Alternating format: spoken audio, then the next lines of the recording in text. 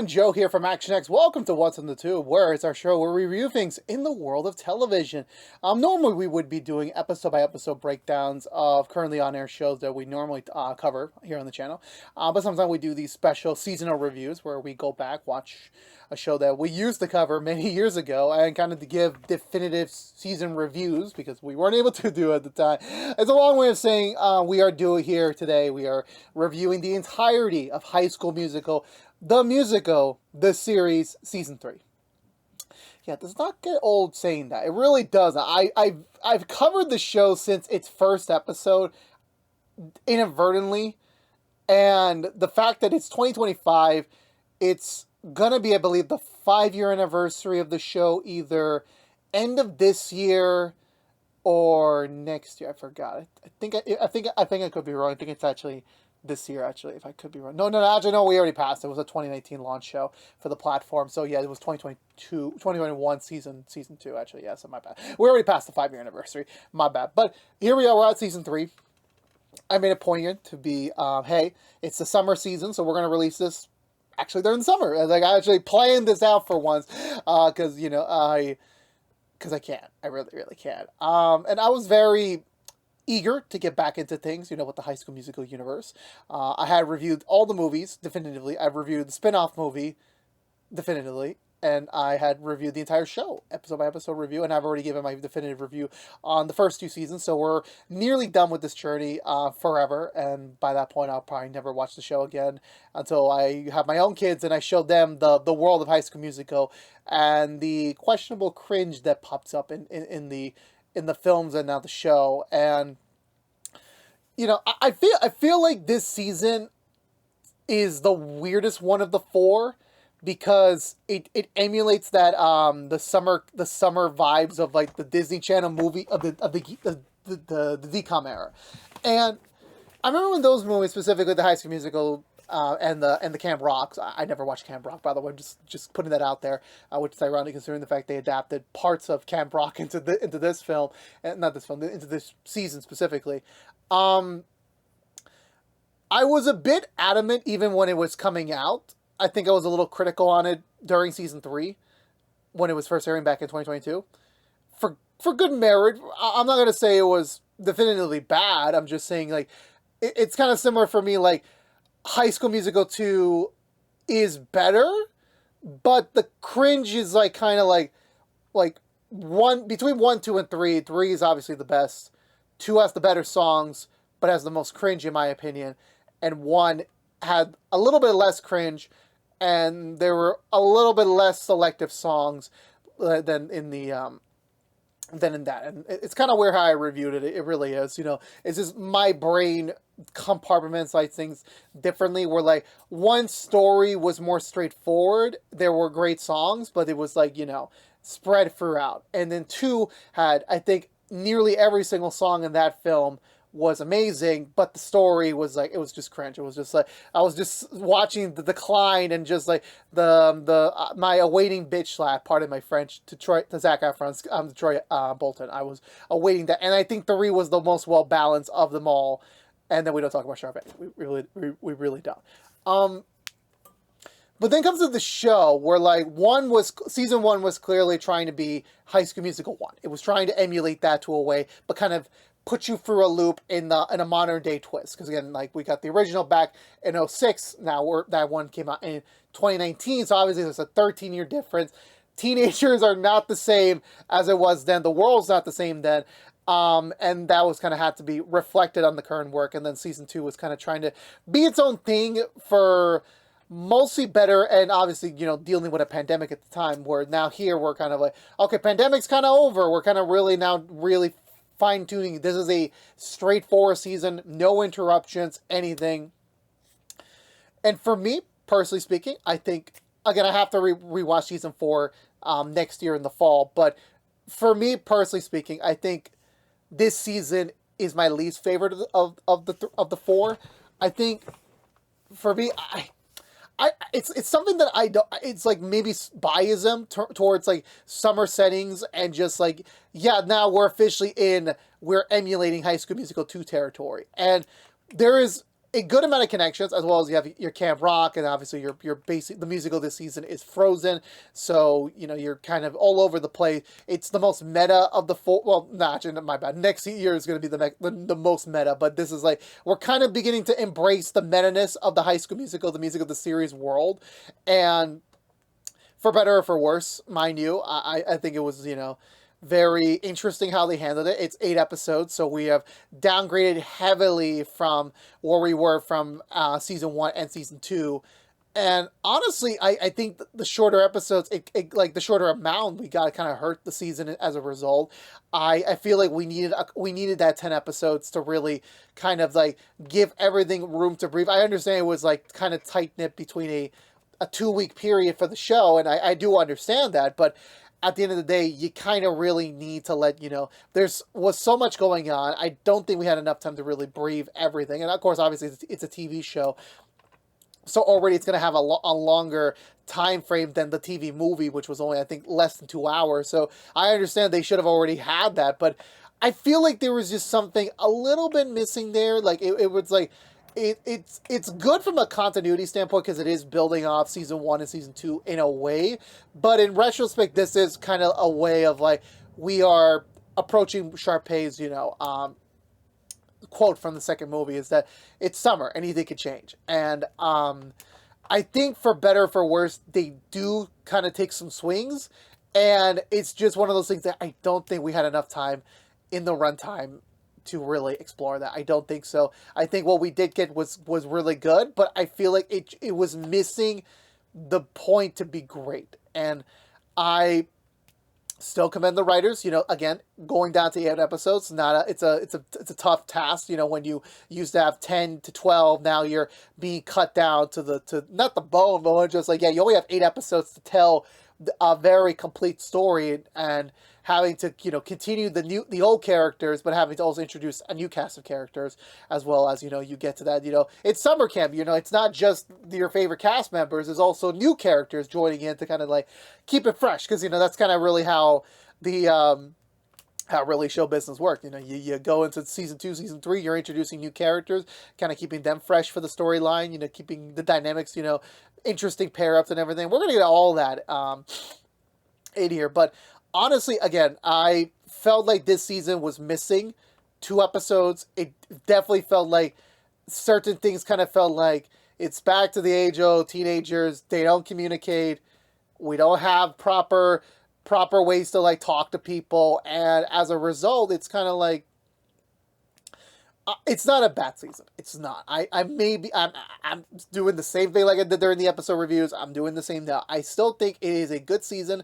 It does have good character development. I do see where they're going. It's just certain things kind of left a little unfulfilled. And as a result, it is trying to set the stage for a very interesting, well, sadly, final season. But it definitely was trying to tee up some stuff that I don't think we were really like fully able to really dive deep into as a result. So for me personally, I still think it's worth the watch. I honestly, I just reviewed Stargirl season 2 last week, and as a result of that, I actually watched that faster than this. Like, I think I started these both at the same time, and even though season 2 of Stargirl had more episodes than here, I finished that first because it was much more of a, I got into that more, where here, I didn't really get into things until like the very last couple episodes. And that was only because I had a time crunch, so I really had to like kind of absorb things and really get behind where we were heading this year. So with that being said, you know, you can go watch it exclusively on Disney Plus, the entire series, including season 3. Judge it for your own if you haven't watched it yet. If you really want to do the extra bonus work, we do have every single episode of season 3 individually reviewed on our channel, so you can go check them out. That's kind of like your viewing companion if you want to. And yeah, and then Bob's your uncle there. So again, we're going to the full spoiler review. Haven't seen season 3 yet, turn away. Otherwise, here we go. So when it comes to season 3 specifically, season 2 had to contend with a story in progress with a pandemic thrown in there and having to adjust to those parameters, where we couldn't really go the full detail of a high school story. And here we're kind of able to go back there because, again, you're in summer camp. It's wide open spaces. COVID is kind of like a very much of a lesser thing to happen when you have outdoor spaces, when you're not confined to specific areas. And as a result, but when you have a lower episode count, when you have a big cast and you're trying to like figure things out, and honestly, you know, again, like they did like I want to call the total drama effect, where like we kind of isolate the more popular characters away from like, okay, those characters are like we can't really do much anymore. They're kind of going to be secondary or recurring, and we'll find a way to like kind of write them out of it so we can like focus on our favorite characters, put them in a new scenario, put them alongside new characters, and letting it run free. It's a traditional system, and it does work effectively. And as a result, you know, even though you might assume that, okay, they're cutting down the cast to make it all work, but the problem is you're supplementing that with the new cast, and you're still getting the old cast at moments, and they're still playing a role there. And it gets difficult as a result because, again, you know, when you conduct a season of television, it's so difficult because you have a lot of things to do. You got to tell a compelling story. You got to keep your characters interesting. You got to give them some sort of development, and you can't really sideline too many people too much because the problem is you don't have a guarantee you're going to come back for another season. If it's not your final season, you kind of need to write it as such to prepare for it, so it has a nice, satisfying ending. Where here, whether or not they knew they were getting season 4 while they were filming season 3 is a different story. I believe they did. I believe, if I remember correctly, they announced season 4 around the time season 3 was in production. So I want to say they probably leaned into that. So that might be a different case of point. But when you have such a big cast and you're trying to give everyone a good enough storyline to keep them motivated, keep them, you know, feeling like progress has been made, it gets difficult. It really, really does. And I think this is the problem with the season, is that, you know, there was so much going on. And I don't quite think like I said before, we reach the full heights we need to do to really feel invested fully in these characters and the development and what's going on. So when we do get to those crucial moments, it feels earned. It feels, you know, satisfied in a way. And I find that, you know, to be the thing that kind of restricted me a bit, because like the way they were formatting this was like, it was jumping all over the place. It didn't really have like, you know, like, we need a few extra scenes to really sell it mostly, and you're kind of building it, because again, the story needs to be self-contained in the season. Obviously, we're telling a larger story here with the whole show, but in reality, you are still having to tell your story this season, and it feels like we're missing a couple things to really feel the full impact of things, if that makes sense. You know, obviously, you know, this season, again, you're dealing with the reduced cast, and you're dealing with new character, and also the same thing, you got to do a send-off to Olivia Rodrigo, which, again, blew the hell up during season 2 production, and she knew, like, very much so, that this is her time to jump in, because if you're being committed to a show, you're restricting your creativity, you're restricting your music, you're restricting the tours, you're restricting the profitability, and I know it's like, some people probably get tired of me putting music, movies, TV as a business. But the fact of the matter is, it is a business. You have to make money on these sort of things. That's the way how the business works. No pun intended.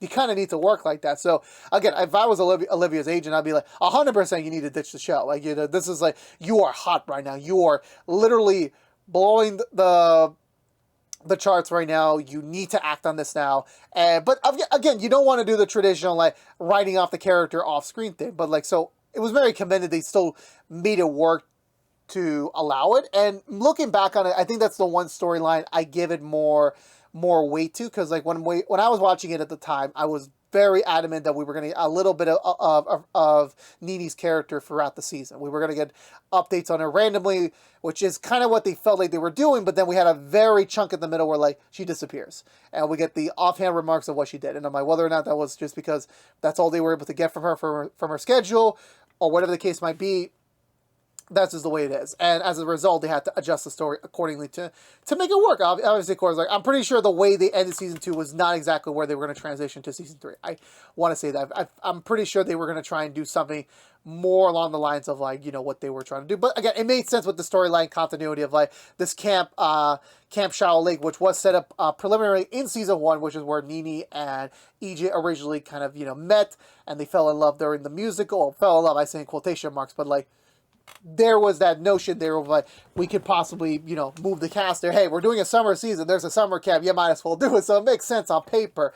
But I'm really certain there was a different version of season 3 in there with Nini's character more prominent. But again, you gotta have to work with what you have. You gotta work with the material you have, and because the premise of the whole season again is our core group of Wildcats heading off to Camp Shadow Lake for the next 2 weeks to have fun, enjoy summer camp, perform a musical, and just have fun. Just to have a grand old time and just enjoy each other's company before the next school year starts up about. And that's when they realize for EJ's slight teasing is that this year at Shadow Lake is not exactly the a normal one, as apparently they were selected by Disney themselves. Again, we're beginning the meta commentary in the second half of the series, and they're producing an entire documentary series about the makings of the very first ever Frozen onstage production here at a summer camp, and the person hosting it is High School Musical alum Corbin Blue, aka Chat, and I'm just like, my boy. I mean, it's a blasphemy. We lost that beautiful head of hair, but you know what? People get older, hairstyles change, and you kind of have to live with it as a result. And so now they have to kind of not only try to have a great summer, but trying to have the weight of this documentary series happening and trying to produce the Frozen musical in production as well. And it's so many moving balls. And that's kind of where we start to falter because there's so much going on. Because you have the summer camp storyline, you have the documentary storyline, you have the Frozen musical storyline, and you have all the individual storyline in an 8-episode season that, again, it's not an hour-long show. There are episodes that, okay, they kind of kiss that 50, 45-minute mark, but some of them are like half an hour, so like you're very inconsistent with the runtime as a result. So that's kind of where it kind of begins to fall apart. Like, we don't really get enough time to breathe into things. Where, again, one episode, we're doing the summer camp stuff. And then the next episode, we're focusing on the documentary. Like, honestly, to be fair, this should have been 14 episodes. Like, if we're like doing, like, if you're doing it 2 weeks, you might have had done 14 episodes. You're literally squeezing in 2 weeks of what potentially is the show into 8 days. So, for me, it's like, yeah, no, that's where the drop the ball is. I mean, come on. Let's even say 13. Let's go with a traditional 30. You can even do 12, but like cutting down to 8 is like so bare minimum because like there's too much going on, and it doesn't feel like you're getting too much going on. And that's kind of where, again, that's where I couldn't really get invested in. It's like obviously the reality show stuff.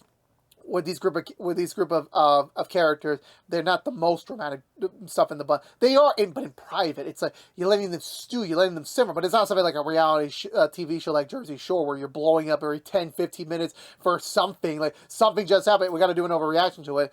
And it's similar to me with Frozen the musical, where we had the High School musical production and then the Beauty and the Beast production. We don't really get to do too much into it. We don't from start to finish. We do get shades of it, and it is shown here, but it's mostly like, we'll skip it to the character section. EJ kind of focusing on like the directorial aspect, but we don't get to see too much of the actual performances and stuff like that.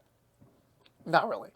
And again, I was still holding to the idea of like, if they were really smart and they had the means, it would have been fun to do a tie-in where they do an entire version of the production and just release it separately on Disney+. Like, I would have loved to just see High School Musical, the musical, or the Beauty and the Beast, the high school, or some variation of it. That would have been fun. But the fact that like we get that omitted so many often, and this season I think is similar to season 1 where we get a good amount of stuff, but not the whole thing. But again, we don't need to see the whole movie and a musical form. We don't really need to, but it would just be a fun additive and just to like really kind of get the creative juices flowing. But again, it is what it is by that point when it comes to things. And that's just the thing, is that the runtime doesn't suit what they're trying to do. It just doesn't. We needed a little bit more time. We needed those extra episodes to really round that out. And we did not. And that's kind of where I have to ding the season on. I really do. Like, whether it's a Disney mandate or was the showrunner or was the budget, I can't really tell. I really can't. But like, honestly, like this should have very much well been a straightforward 12. It should have been the same as season 2. It should have been. That's just where I'll end on that front. But then going into the characters, I'll start with Nini because she's no longer part of the main. She's a special guest star this season, and I was very critical on that storyline when I was reviewing the show the first time around, this season specifically, episode by episode. Because again, my prediction was that we were going to get those mini bursts throughout the season, just to kind of, tag along our journey. And we got that in the first 2 episodes. We immediately ditched that, and we don't see it to the finale, and we skip all this mini development. And to be honest with you, I think that made sense. Because at the end of the day, did I really want to see Nene kind of just brainstorming songs for like the next 2 weeks? Not really. No, there really wasn't much to do. I feel like the episode where we just got her to be with Tyler James Ferguson's character, I think that was enough. I think, her kind of having this newfound fill-in of her identity of where she came from, I think that was necessary to kind of like unlock her true potential. Because again, like, when season 1 happened, she was tied to Ricky, and then she was tied to EJ, and then having her independent, but then kind of still going back to Ricky in a way. It kind of felt like her development was still kind of tied down to the boys. And then when we got to season 2, she started to really burst throughout her bubble, trying to like now being her own independent person. And that's kind of where she kind of finds herself here, because like, she hasn't really done much progress since the winter music, the spring musicale. She hasn't really done much progress. It's been very slow, the progression, and she's kind of just figuring out like what is she missing, and just trying to figure out that that core missing piece of herself. Like it feels like a part of her identity is not there anymore. It's not there anymore. It's like it's missing. It's not discovered yet. And then when she meets her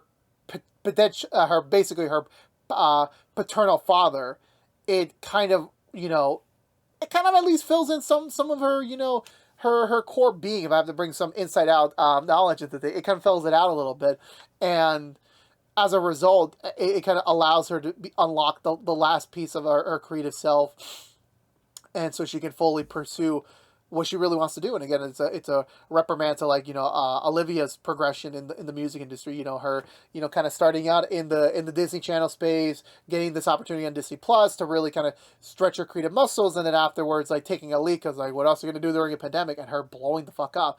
It's like it made perfect sense to parallel to Nene, where she's just about to set off on her own journey.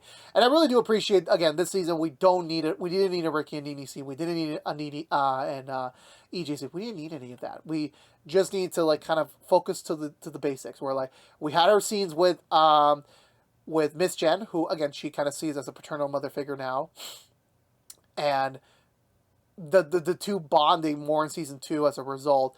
Because again, it's that relationship with Miss Jen in general, with all the kids, with all the other Wildcats, her unlocking their abilities to kind of go to the next level, and especially where like she sees Nene, she sees her potential. She's like 100%. You need to go forward. Like obviously, do it if that's what you want to do, and 100% she's going to support her if she stays a Wildcat with them, or if she stays a Wildcat but far away from them.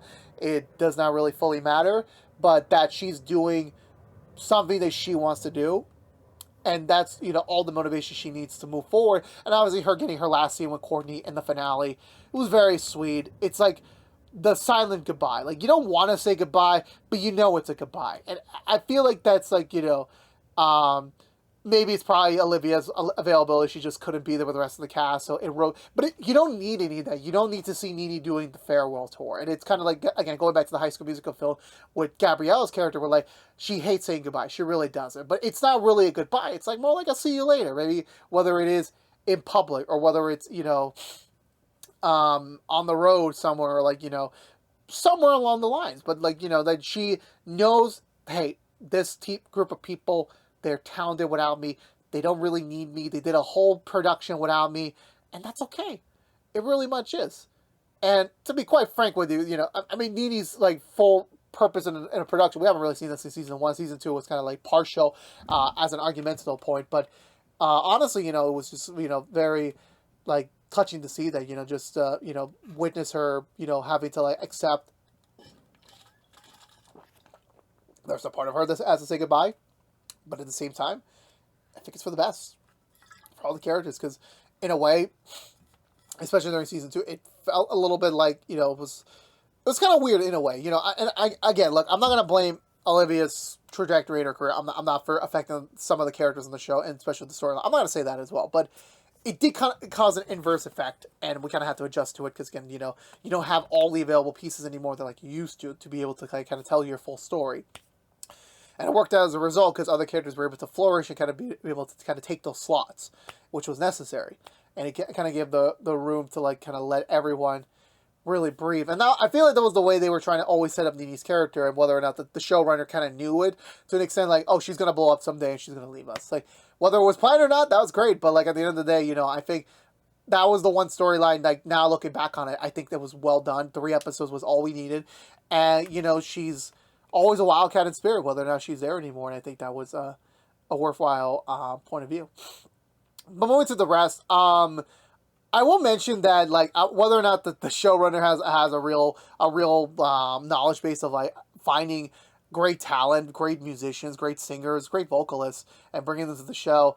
One of the newest characters, she's not new to the cast. She will join them properly next year. But Emmy is, God, she has an amazing voice. I think 100% she is in line to be the next Olivia, and I would not be surprised if in 5, I'm sorry, like timeline-wise now, in 5-10 years from now, maybe even less, like she's gonna blow up like her. Like, that is a natural, like, it is very rare to find a natural vocalist. Like, I compare her to Bruno Mars, or what's another naturally sounding musician that you don't need auto-tune for.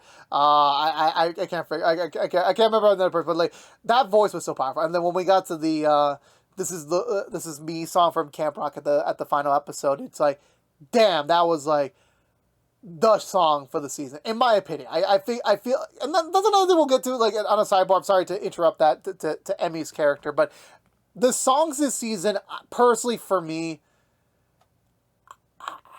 I didn't vibe with it. I'm sorry. It was, some of the renditions were like, Fabulous was a good take. Obviously, Ashley Tisdale's version is going to be the best, no matter what.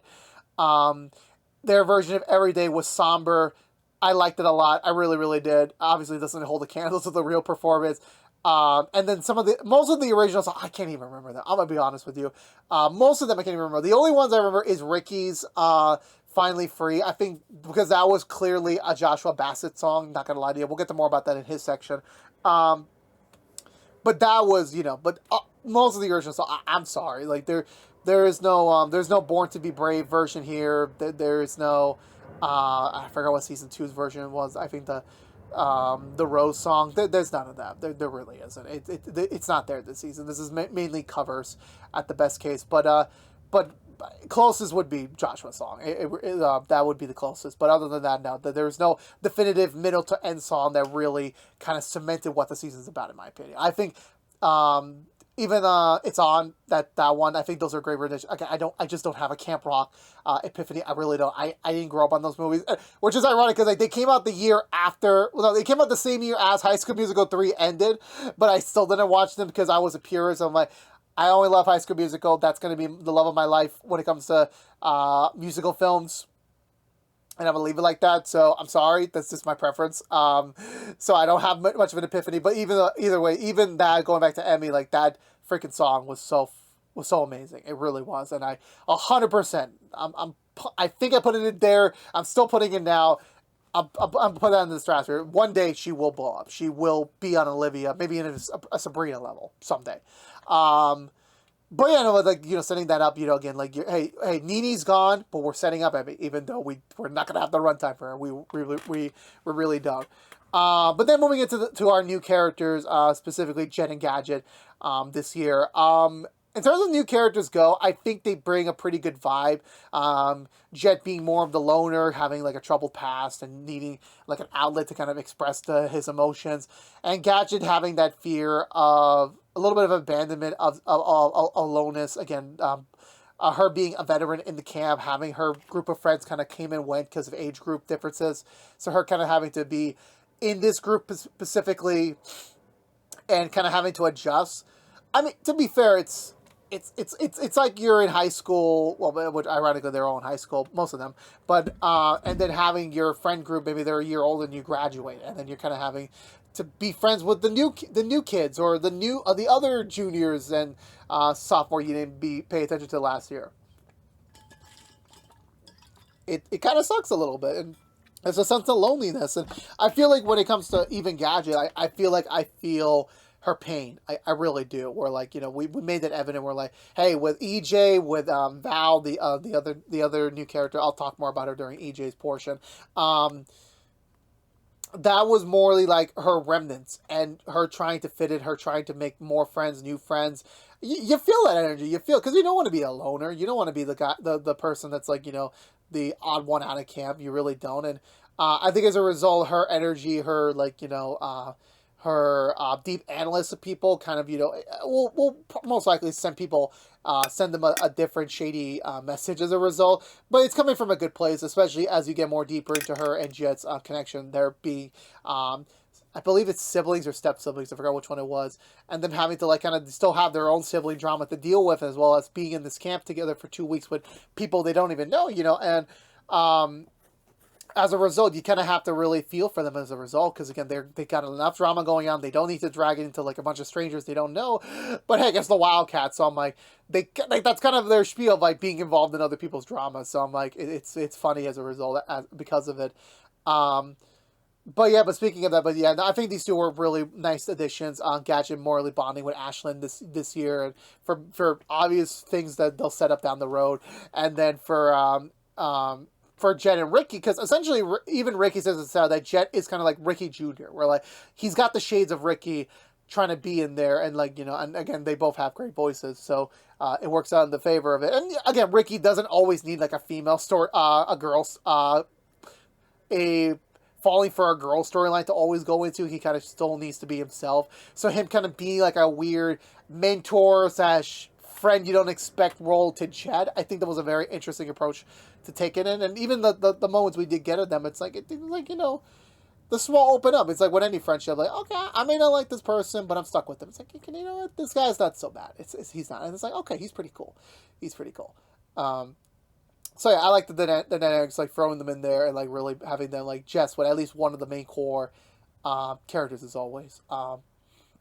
And then as a result, as the other new characters, Val, which I think I've seen her in the Winchester. I think she played the Sam and Dean's mother, but like from a younger perspective. Because I'm not even going to get into that show, but she's always she's a Disney staple. I think she's one of the modern Disney staples. Like, yeah, I think she's in the Zombies franchise. So sticking to your musical roots. But she's mostly paired up with EJ for like weird, close dynamic that's kind of left ambiguous, that doesn't really get explained about until next year. And then you have the return of Jason Earl back on the Disney product, where I have honestly not seen him in Hannah Montana. That was not my spiel growing up, even though that was a musical show. I did watch him in Kicking It, if anyone remembers that, the Disney XD show about karate. This was the TV version of the Karate Kid. Let's just say that. Not really, but like that's the closest, because I just watched Cobra Kai recently. With those characters, it kind of goes back to what I was saying before about the story. Out of those two, of the new characters joining the cast, they 100% didn't get too much in the showtime. Not to say we needed a whole episode about the camp counselors. It was just a source of comic relief, so I'm not gonna totally harp on that. But I'm like, you got Jason Earl, you could do something a little bit more with him. And I was actually flabbergasted when I found that apparently the actor was way past his prime to be a teenager as Hannah Montana. So him being in his 40s is like, A, I'm getting old, and B, just like the referendum of like, damn, he old. He really is old. Not trying to make that as a mean thing, but I'm just saying as a result. And especially Val, where like I feel like Val is there to help EJ and there to contribute to some of the musical moments, and she is a foil there, but it doesn't really feel like we get too much of her, to be honest with you. Like, it's just a reminder of like EJ's past camp life when it was with Nene and everything, and then her just kind of like, this is her final year being a camp counselor before she's aged out of the system and she has to move back fully into college and everything. So it's a lot for her to handle with. And but still, as a result, we don't really get too much into her character. It's kind of like morally there. Even by the way she gets written off in the finale, we're like, yeah, I gotta go back to college, so I won't be there really too much at the end.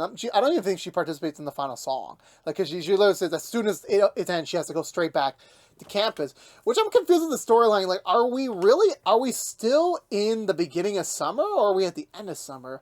And it's like, the implication was we were beginning the summer, because the way they kind of fast forwarded to a month later for the premiere of the documentary, it's kind of like, I don't know, man. I really don't know. And going to Corbin Blue's return, like, look, I love Corbin Blue a lot. I don't complain about the scenes we did get of him. But like him playing the eager celebrity, I'm like, yeah, that wasn't an angle you really need to get to, really. Like, him, like, misperterpreting other people's names. That makes sense, and I'm just like, I don't know. Like, that didn't really vibe well with me. But, like, his last episodes, like, I think the summer camp episode and then the final episode, I think that was like, yeah, Corbin's back. And, like, the way he said, what team, I'm like, oh, my God, my childhood heart, it's like, I feel it for you. I really do. And I'm like, again, he still got the vocal chops when he was singing Every Day with the cast. And I'm like, yeah. And I know he got the solo sports song. That didn't do it for me. I'm sorry, Mr. Blue. I mean, I know he was in New York a couple years ago for a production, an off-Broadway production of Little Shots of Horror. I should have went to that. I should have told him, I didn't like your song. I mean, that'd probably be an asshole move, but I'm being honest. I really am. I can be critical when I want to be. But moving back to our old cast, Miss Jen is there. She is now officially graduated this season to being the Miss Darbus of the group. She's giving advice. Everyone looks at her as a maternal figure, and that's just great. It really, really is. And, it makes it feel genuine, like, that. Well, in one part, it's like kind of like, again, maybe I'll never understand this. Even when I was in high school, I never understood the dynamic of like a teacher, like an adult being friends with a bunch of kids. I really don't. I really, really don't. It's kind of, even now I'm an adult, like not even like I'm still in my late 20s, but like there's still something off about it a little bit. So like, I mean, I understand the feel, and it's very sweet. It's very sincere. But when we get the scene where like she comes back and meets everyone again at the camp during the camp games, and her like being asked about, like, y'all seen her like a week ago. And I'm sure, of course, a lot of things happen, but like the way you were like kind of surrounding her, kind of like badgering her, she's like, I'm so popular, and I'm like, it's about like a bunch of kids, and I'm like, I don't know, like that's, other than that, no, like just keeping her to the sideline obviously made sense. Like I respected the fact that they didn't try to find a way to make her into it like someone with Miss Darbus in High School Musical 2. Like, we didn't need her like to be at the resort just to keep her going. She's a teacher, leave her there. And it worked, but like it also worked into the elevation of like, they really treat Miss Jen as part of the family. They really, really do. And as a result, everyone just like looks at her. They want to hug her because she's helped them like with their evolutions to the next person they're trying to meant to be. And it's so great. It's so sincere, really. And we don't get really too much of her. Like I said, I talked to her a little bit more about her during the Nene section, but her helping EJ out, giving a little vote of confidence to Gina, her meeting Emmy, like, again, setting the seeds of like, hey, your Wildcats may all grow up and move on to different places, but you'll always have like more great talent still waiting for you. And again, I'll talk more about that next year. But yeah, but no, like, so not seeing too much of her. And then same with Seb, same with Big Red, where like they got delegated to like cameos, and Seb being just like the supportive boyfriend, and then Big Red just popping up all of a sudden, kind of like, hey, well, what's everyone been up to? And I'm just like, damn, like you missed so much, and then the big reveal at the end of the season, I'm like, good for you, Big Red, good for you. Good for you. We'll talk more about that next year. But then going properly into our main cast. Again, the main group, which was Ricky, EJ, Gina, Ashley, Courtney, and Carlos. Obviously, got a little bit of a refresh. They were properly really continuing on their season 2 dynamic, like without needing, and now like really like, kind of delving into like, like they are the main core friend group. They are sticking together. They are really trying to like, make the summer break work at the camp and trying to really like juggle all these things. Carlos, I think, is in his element here. let me not say that. It's like at the beginning he was thrown off the deep end because again, like the first 2 seasons, he was a primary person in power. He was Miss Jen's right hand man, trying to make things work, trying to stay within a certain level of like I have some control over these productions, and then here like being immediately sidelined, he's like, no, you have no influence, you have no say here. You are going to be like everyone else and just be a performer.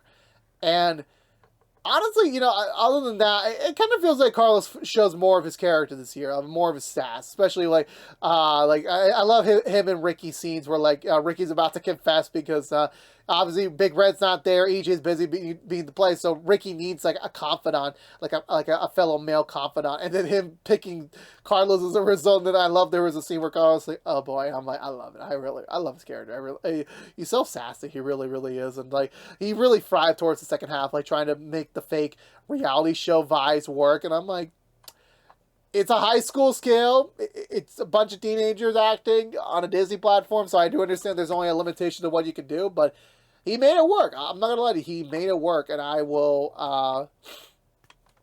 treat it with credibility. I very much will. But yeah, but as a result, yeah, no, that's one poignant thing to mention about that for him. But honestly, other than that, really, you know, he just sticks with his friends and just makes sure everyone's trying to live. And honestly, of the 6, I feel like he was too affected by the events of the season. I really don't. Besides the reality show aspect and everything that really was about it, it was just, I think of the core group, he was the main source of comedic relief, and that's all I'll say about that. Courtney, similar to what I was talking about her in season 2, her breaking out of her shell, again, not being attached to Nene, her like being able to like kind of be her own person and trying to like, you know, stand on his own. Like again, like her forming a sisterhood with Gina and Ashlyn really helped her like kind of, you know, break out of her egg, and obviously having her social anxiety a little bit, not having her phone, not having her mom right there next to her was a bit of a rough adjustment to her. And you know, I totally had the same vibes when like for example for me, one of my first solo vacation without my family in 2019. First night there, I could not sleep. I felt off to the fact that my parents weren't there, and if something happened, I couldn't just move into the next bed and say, I need help. I was effectively on my and it wasn't like it wasn't a life or death situation. Like I was just visiting another state with my friends.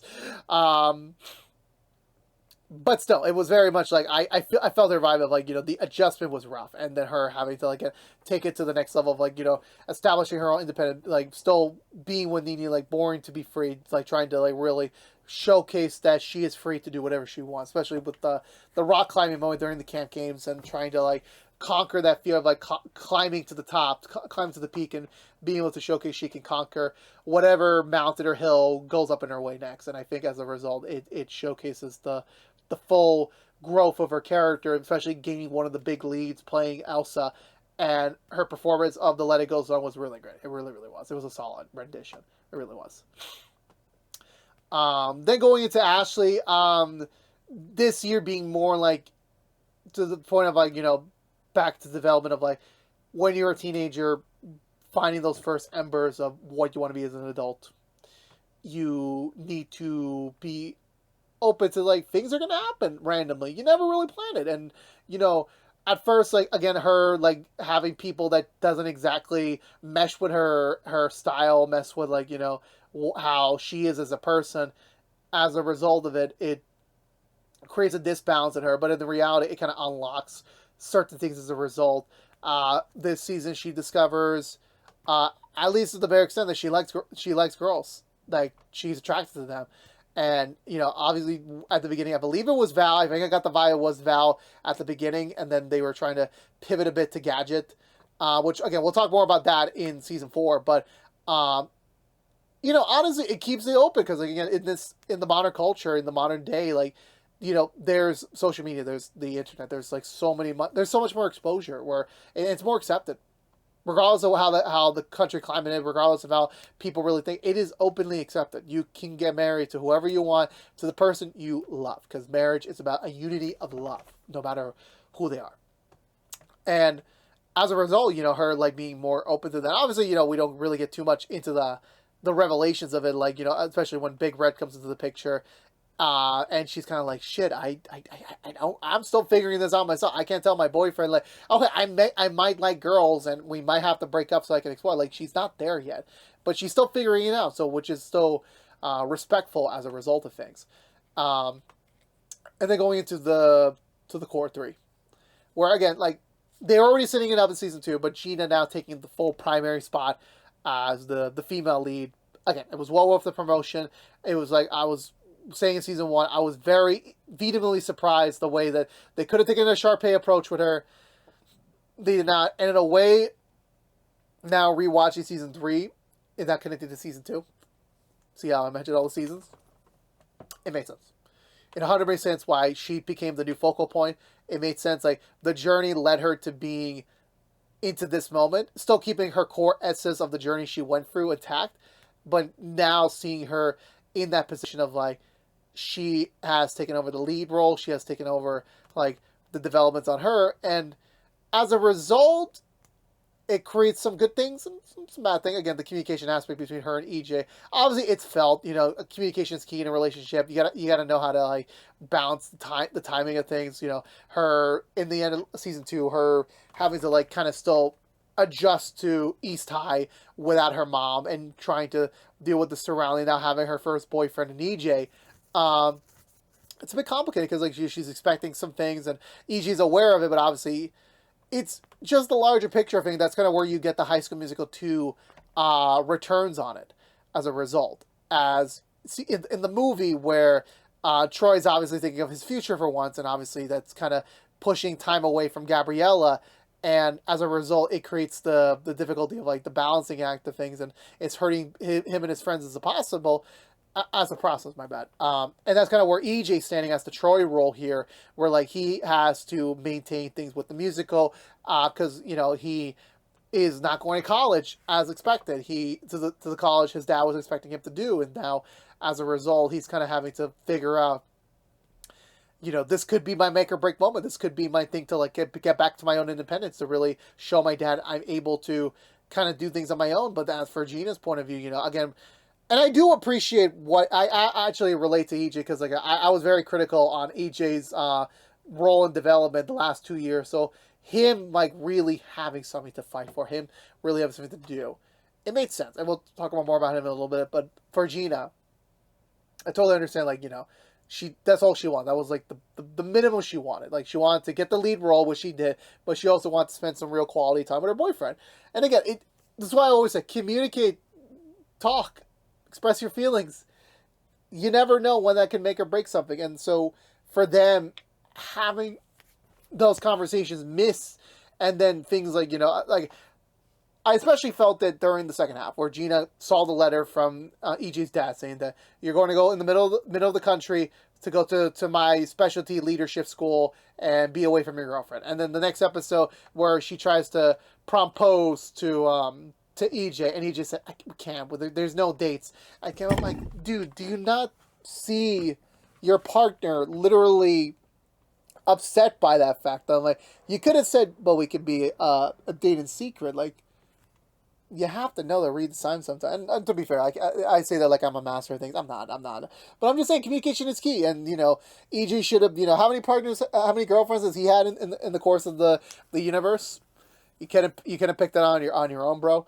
But yeah, so when Gina has her breaking free moment where, like, she breaks up with EJ because, like, it's not what she wanted anymore, I'm like, I get the High School Musical 2 vibes. I really do get it.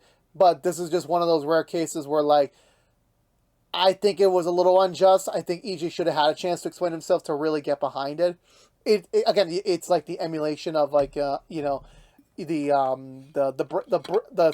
brief breakup scene between Troy and Gabriella in the second movie.